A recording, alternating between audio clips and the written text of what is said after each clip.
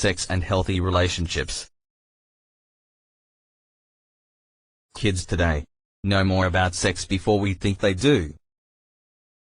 Get their information about sex from their friends, older siblings, and media, internet, TV, movies. Are dealing with more public relationships and breakups than generations past. Do not operate under the same gender roles. Females are often initiating sexual activity. Want their information from you. The fourth result on a YouTube search for sex is a video called How to Have Sex at School. Looks like it's probably a parody, but this sort of information is on the internet. Facts and stats: 10% of 6th graders have had sex. 50% of all teenagers have had sex by the time they enter the 10th grade. 70 to 90% of teens have had sex by 12th grade. 1 in every 5 teenage girls will become pregnant during high school. Half of all teenagers don't believe oral sex is sex. Oral sex: kids tend to not think this is sex. Almost exclusively girls performing on boys, almost never vice versa. STIs can be transmitted through oral sex, not as safe as kids think it is. Puts girls in a demeaning position. What are they doing? Hooking up, oral sex, intercourse. Anything in between. It is important for you as a family to develop a definition of sex and to develop an understanding of acceptable and unacceptable behavior. Hooking up is a hard to define term that can mean anything from kissing to intercourse. More on oral sex next slide. Kids want to know what they are allowed to do. Non-traditional relationships. Roughly 1 in 20 of our youth self-identify as other than heterosexual. According to the CDC, these youths are 3 to 4 times more likely to attempt suicide than their peers. Each incident of physical or verbal harassment or abuse increases the likelihood of self-harm behavior by 2.5 times on average. As parents and educators, we have a duty to reflect compassion, tolerance, and acceptance of youths in our community. If your child or someone you know is struggling in their identity or relationships, your tolerant attitude will make you the one they go to for guidance. Are all healthy sexual relations we talk about today heterosexual? Should we make that assumption when we talk to our children? 42 years ago, the American Psychiatric Association removed homosexuality as a diagnostic category. Healthy conversations with our teens should include these topics. To not do so promotes intolerance and injustice and models those attitudes to our children. It also promotes shame in our LGBTQ children. 1. Be Race and ESOEC, 83,000 youth, selected findings of 8 population-based studies as they pertain to anti-gay harassment and the safety and well-being of sexual minority students, Seattle, Washington, Safe Schools Coalition of Washington, 1999. 2. 2011. Sexual and health risk behaviors among students in grades 9 to 12, Youth Risk Behavior Surveillance. Atlanta, Georgia, U.S. Department of Health and Human Services. 3. Impact.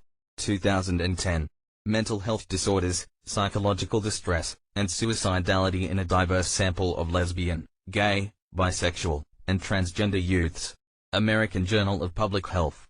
112, 2426-32. What Choices believes. Experimentation with some physical relationships is a healthy and normal part of a teen's adolescence. We define sex as intercourse or oral sex. We believe that high school students should not engage in sex, especially in their earlier high school years, both from a moral and an emotional immaturity standpoint. Not everyone is doing it, and we believe it is necessary to explain your beliefs to your sons and daughters.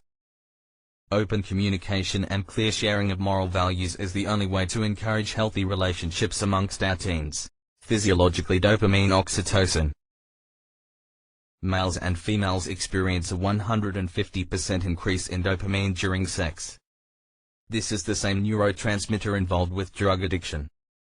Oxytocin, released in females during breastfeeding and childbirth, causes mother to attach to child. Also released during sex, causing a biological attachment to sexual partner. Males imprint like ducklings, so the first time they have sex is what they associate with sex and what they will seek out again. So if the first time is in a risky situation like in the back of a car, they'll seek that out again. If it's in a committed and mature relationship, they will seek that out again.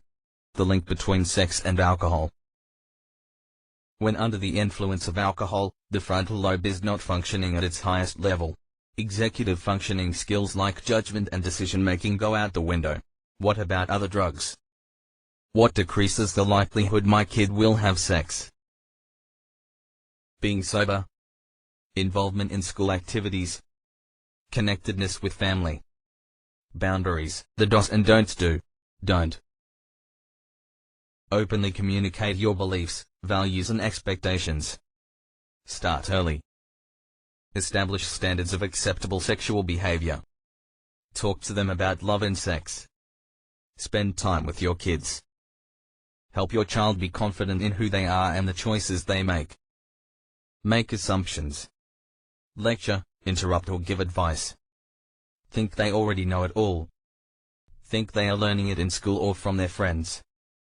Let them date anyone 3 years older. Subscribe to the saying, boys will be boys. What if you find condoms? Whatever reason you have them, if you are thinking about being sexually active or if you already are, then it's time to see a gynecologist and get a checkup. If you're responsible enough to be sexually active, then there should be no problem going to the doctor. And I want to be clear that I don't believe someone your age should be having sex, but if you are, then we need to sit down and go over what I feel you need to know about sexual responsibility. Discuss with your kids. How well do you have to know someone before you do something sexual with them? How do you define knowing someone well? What do you feel comfortable doing with someone sexually? What do you not want to do? How can you communicate that to the person you are with? What would make it more difficult for you to say what you want and don't want?